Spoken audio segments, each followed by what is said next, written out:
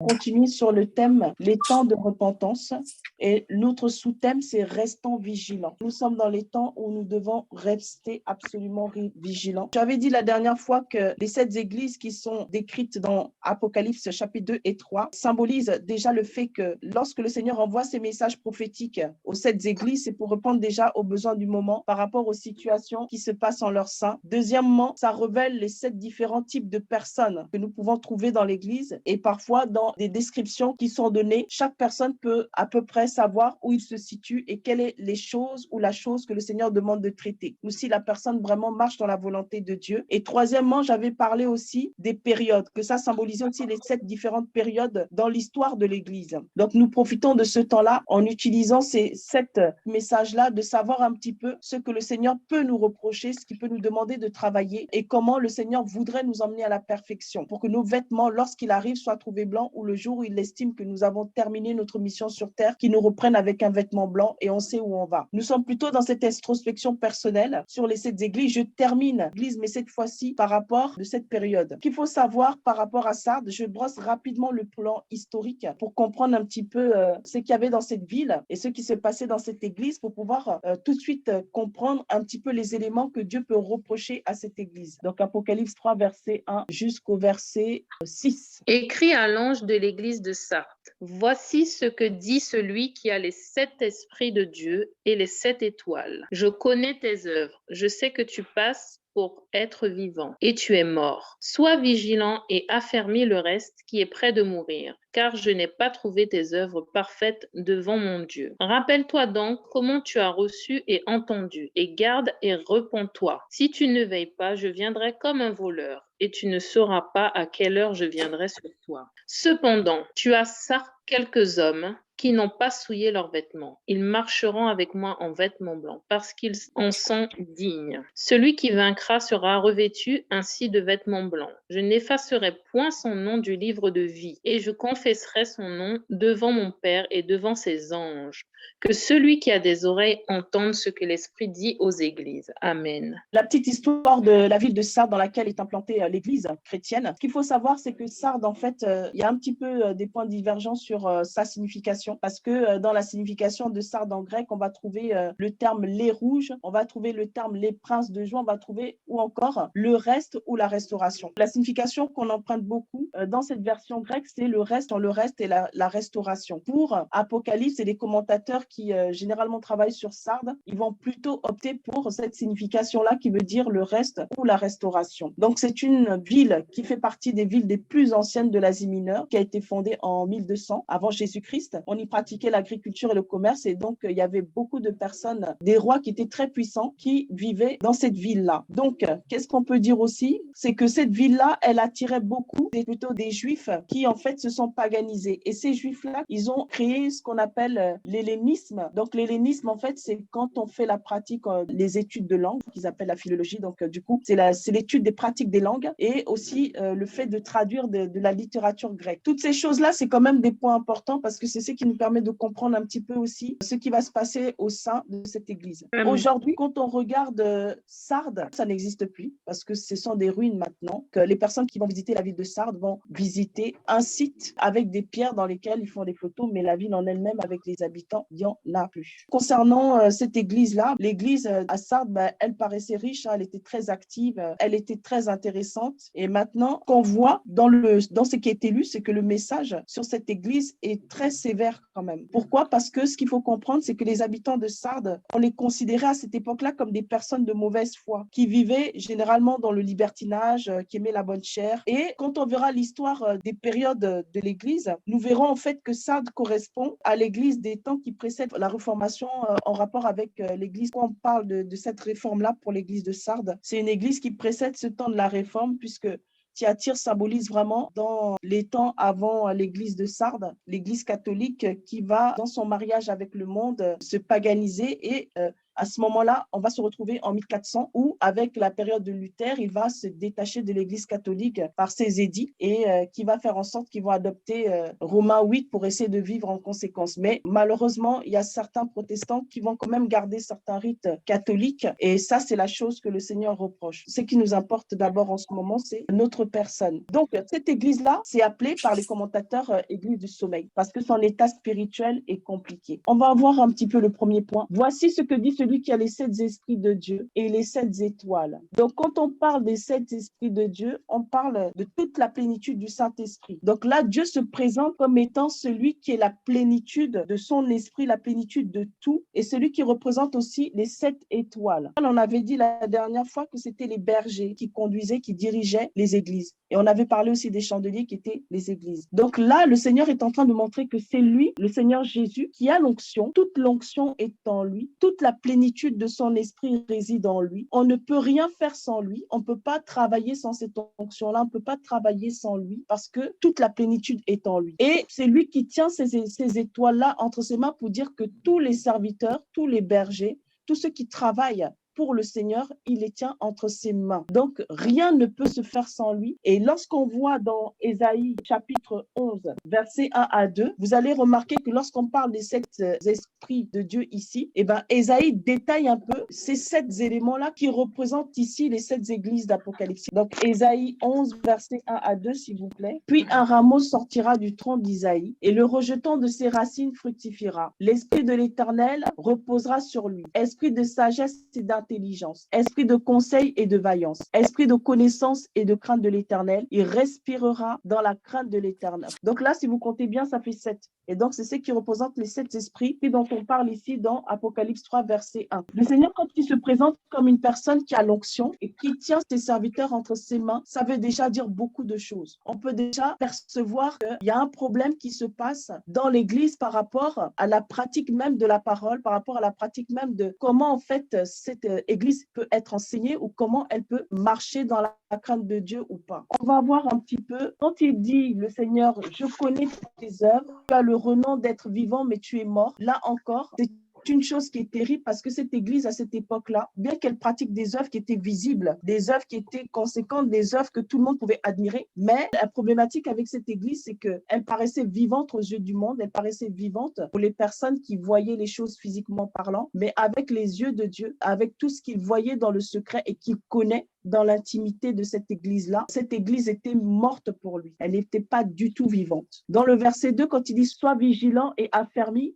le reste qui allait mourir, car je n'ai pas trouvé tes œuvres parfaites devant mon Dieu. Le Seigneur est en train d'avertir cette église de pouvoir veiller pour que le peu ou la tiédeur dans laquelle elle se trouve ne la fasse pas mourir, ne la fasse pas s'éloigner de sa présence, mais qu'au contraire, avec ce qu'elle a, il faudrait qu'elle puisse se réveiller, qu'elle puisse vraiment faire quelque chose pour qu'elle ne soit pas loin de la présence de Dieu, éloignée de Dieu par la mort. Ici, on parle de la seconde mort, mais on peut aussi parler de la première mort physique, puisque dans cette période-là, du 1er siècle jusqu'au 6e siècle, l'Église va être très persécutée. Là, le Seigneur est en train d'avertir, je rentre directement dans le cœur du sujet, certains d'entre nous qui pensons marcher avec Dieu comme il veut, mais qui en fait ne réalisent pas que le Seigneur leur reproche quelque chose, parce qu'ils ont l'impression que tout ce qu'ils font pour Dieu, Dieu agrée. Tout ce que les autres voient d'eux, qui paraît être une apparence de piété, Dieu agrée parce que les autres semblent certifier que ces personnes où nous sommes dans la volonté de Dieu. Mais le Seigneur, lorsqu'il nous parle directement et dans l'intimité pour nous faire comprendre que même si tu présentes à l'extérieur des éléments qui semblent être justes et en rapport avec ma personne, mais moi, je vois en toi des choses qui ne vont pas et des choses qui méritent une attention particulière pour être travaillée. Donc, le Seigneur a besoin que cette église-là puisse vraiment se regarder dans une glace et ne pas croire qu'elle est arrivée, qu'elle puisse vraiment réaliser que ce n'est pas le témoignage qu'elle va avoir d'elle-même ou qu'on va avoir sur les œuvres qu'elle pratique qui va faire en sorte que le Seigneur, forcément, est d'accord. Mais cette personne ou cette personne où nous devons faire attention sur ce que lui, Dieu, voit et ce qu'il attend et qu'il espère que nous puissions faire pour lui. Le Seigneur veut vraiment, lorsqu'il avertit cette Église, pour qu'elle ne soit pas nonchalante, pour qu'elle ne continue pas de dormir. Parce que dans la parole, on dit que réveille-toi, toi qui dors, relève-toi d'entre les morts et Christ va t'éclairer. Lorsque Dieu nous demande de nous réveiller, c'est lorsque les gens sont déjà dans un état de sommeil profond. Et là, cette Église-là, elle est sur le point de rentrer dans un sommeil profond parce qu'elle ne veille pas suffisamment. D'où le rôle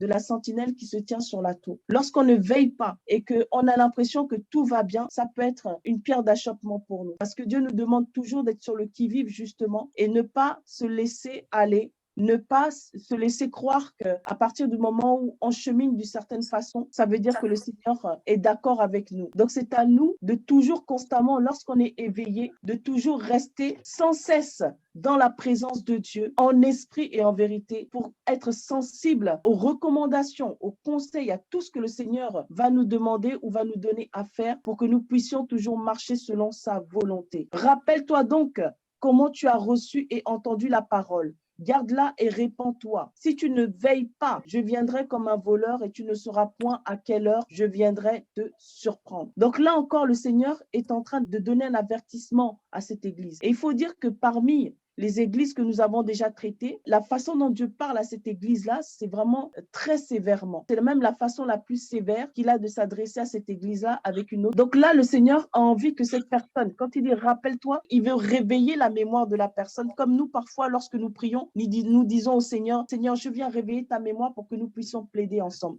De la même manière que nous voulons réveiller la mémoire de Dieu dans les prières pour que le Seigneur se souvienne de nous, lorsqu'on veut lui demander quelque chose, lorsqu'on s'attend à quelque chose, le Seigneur aussi, du verset 3, nous dit « rappelle-toi ». Donc, il veut aussi rappeler, réveiller nos mémoires pour qu'on puisse se rappeler de ce qui a fait en sorte qu'on l'accepte au début et qui nous donne le zèle de pouvoir marcher avec lui au début. Et ce zèle-là, le Seigneur veut que nous puissions, par le rappel, par le fait de se remémorer, rallumer la flamme qui est en train de tiédir. Cette flamme qui n'est pas chaude, qui n'est pas bouillante, mais on ne sait pas si c'est froid, on ne sait pas dans quel niveau ça se situe vraiment. La personne qui est tiède, elle ne sait pas qu'elle est tiède, généralement parce qu'elle a l'impression qu'en faisant des choses pour le Seigneur est d'accord. Donc la tiédeur, parfois, ne se remarque pas tout de suite parce qu'en même temps, c'est un peu chaud. Donc on a l'impression qu'on fait quand même des choses pour Dieu. Mais si on ne fait pas attention, on va complètement se refroidir. Donc quand le Seigneur nous met en garde dans notre propre vie personnelle pour que nous puissions nous examiner, pour que nous puissions regarder de près ce qui va ou ce qui ne va pas, il ne faut pas qu'on se pose des questions pour tenter d'essayer de comprendre ou de raisonner avec notre tête en se disant qu'on a peut-être le temps, qu'on pense qu'on est déjà bien dans ce que nous faisons. Le Seigneur nous a dit ça, je ne vois pas pourquoi ça va changer comme ça. Donc, toutes les remises en question, tous les questionnements qu'on peut avoir qui peuvent nous empêcher de vraiment mettre en pratique les avertissements que le Seigneur nous donne, ça peut être vraiment dangereux pour notre vie spirituelle avec le Seigneur, notre relation avec lui, et ça pourrait aussi nous séparer de lui par cette seconde mort. Donc, le Seigneur, quand il demande à cette église de se rappeler du premier amour, du zèle qu'elle avait, de pouvoir marcher avec Dieu, pas en présentant directement les œuvres, mais c'est en ayant eu un cœur à cœur avec Dieu, une intimité avec Dieu, une relation forte avec lui, dans lequel le feu de l'esprit, la plénitude du Saint-Esprit animait cette église-là, ou nous animait avant, et que maintenant on a l'impression que notre coupe aujourd'hui ne déborde plus comme ça débordait avant. Donc le Seigneur veut retrouver cette relation avec cette église. Il veut que cette relation soit avec nous forte, une relation où notre coupe déborde, une relation où la plénitude du Saint-Esprit a sa place, une relation où c'est lui qui dirige nos vies,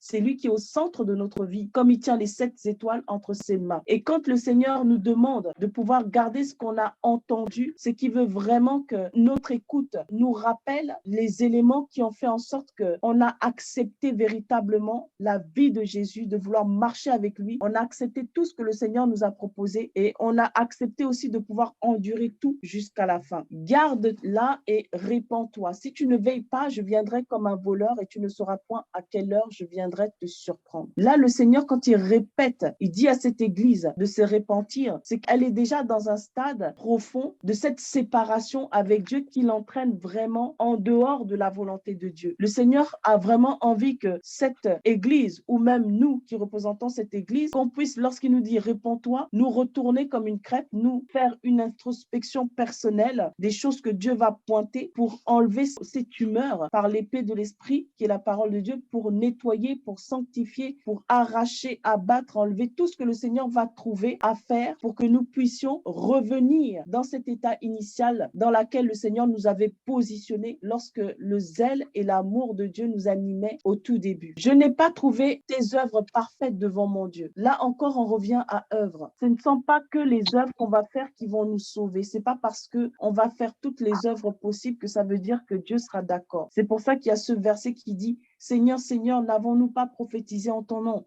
N'avons-nous pas chassé les démons? N'avons-nous pas guéri les malades?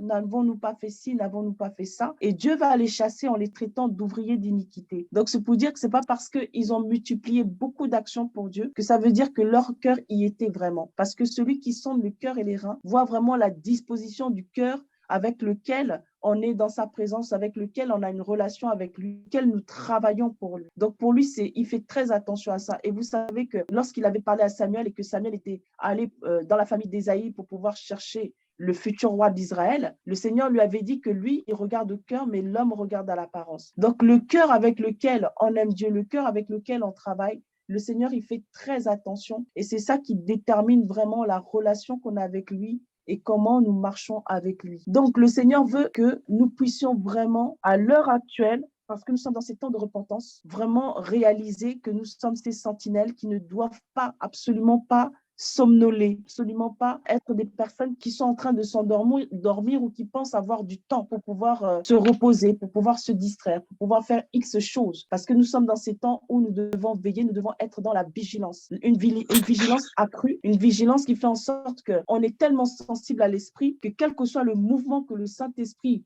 va prendre, on est déjà au taquet. Nous sommes déjà dans ce mouvement-là. Donc, c'est vraiment à nous de considérer les avertissements que le Seigneur est en train de donner à cette Église pour que nous ne puissions pas être des chrétiens endormis ou qui se sont déjà endormis dans un profond sommeil, mais que nous soyons ces chrétiens qui soient toujours là, constamment sur le qui-vive, à écouter ce que l'Esprit de Dieu, les 7 esprits vont dire, vont nous parler, à écouter ce que Dieu va nous dire pour pouvoir savoir dans quelle direction aller. Vraiment que nous ne soyons pas affectés choses parce que nous sommes des personnes qui se tiennent sur la tour, nous sommes ces veilleurs qui font attention, ces veilleurs qui constamment écoutent la volonté du Saint-Esprit pour éviter justement que cette confusion vienne régner dans notre cœur. Amen. Si tu ne veilles pas, je viendrai comme un voleur et tu ne sauras point à quelle heure je viendrai te surprendre. C'est quand même assez étonnant parce que ça rappelle pratiquement mot pour mot la venue de Christ par rapport à l'enlèvement. Quand le Seigneur dit qu'il viendra comme un voleur, cette partie-là, le Seigneur est en train de nous parler directement à nous qui sommes dans ces temps de la fin, qui montre à quel point il peut arriver à tout moment. Et d'ailleurs, on n'arrête pas d'en parler. On n'arrête pas de nous secouer les uns les autres en disant attention, attention, attention. Le Seigneur, il arrive bientôt, il est déjà là. Beaucoup de personnes reçoivent des révélations où le Seigneur est en train de parler pour dire qu'il est déjà à la porte. Mais maintenant, la personne qui va se distraire un instant en pensant qu'elle a du temps, elle ne sait pas si pendant qu'elle se distrait ou pendant la seconde de distraction qu'elle va avoir dans X choses, le Seigneur sera déjà passé sans qu'elle le sache. Donc là, le Seigneur nous avertit vraiment que le sommeil n'est pas d'actualité et que s'il parle en disant qu'il veut que nous puissions être des veilleurs, des sentinelles, vraiment maintenant ou jamais, la sentinelle voit ce qui se passe dans ce monde par la grâce du Saint-Esprit. Elle perce aussi les mystères du monde spirituel par l'action du même esprit. Cette église de Sardes a aussi ce reste dont on parlait par rapport à la signification qui a été gardée dans l'Apocalypse, ce reste qui est en train de lutter et qui ne s'est pas souillé. Ce reste qui fait tout pour garder son vêtement blanc. Ça nous rappelle aussi un petit peu les situations que nous vivons aujourd'hui où, avec tout ce qui se passe dans le monde, beaucoup de personnes, certaines personnes ou très peu de personnes ou un reste sont en train de lutter pour garder leurs vêtements blancs, leurs vêtements de triomphe, leurs vêtements de gloire, le vêtement qu'ils vont présenter à Dieu lorsque le Seigneur viendra les chercher ou lorsque le Seigneur va donner des récompenses. Le Seigneur est en train d'encourager ce reste-là à rester ferme parce que le Seigneur les trouve dignes, parce que ce n'est pas facile d'être dans un temps de confusion dans laquelle il y a plein de choses qui règnent pour vouloir nous donner le sommeil, pour vouloir nous distraire et de résister et de rester ferme pour ne pas rentrer là-dedans. Voilà ce que le Seigneur est en train de dire pour toutes les personnes qui s'accrochent. Accrochons-nous encore fermement, gardons nos vêtements blanc, parce qu'aujourd'hui, on voit comment le péché abonde dans les nations, abonde dans le monde. Gardons notre vêtement de sainteté, notre vêtement de pureté, notre vêtement de triomphe, pour que le Seigneur nous trouve propres lorsqu'il vient chercher son Église sans tache ni ride, ni rien de semblable, faire partie de ceux qui participent aux noces de l'agneau et de ceux qui vont pouvoir gouverner avec Christ. Donc, c'est vraiment très encourageant pour leur vie de sanctification, pour que le Seigneur puisse les agréer. Ainsi, le vainqueur se vêtira de vêtements blancs. Je n'effacerai pas son nom du livre de vie et je confesserai son nom devant mon Père et devant ses anges. Donc, celui qui va vaincre,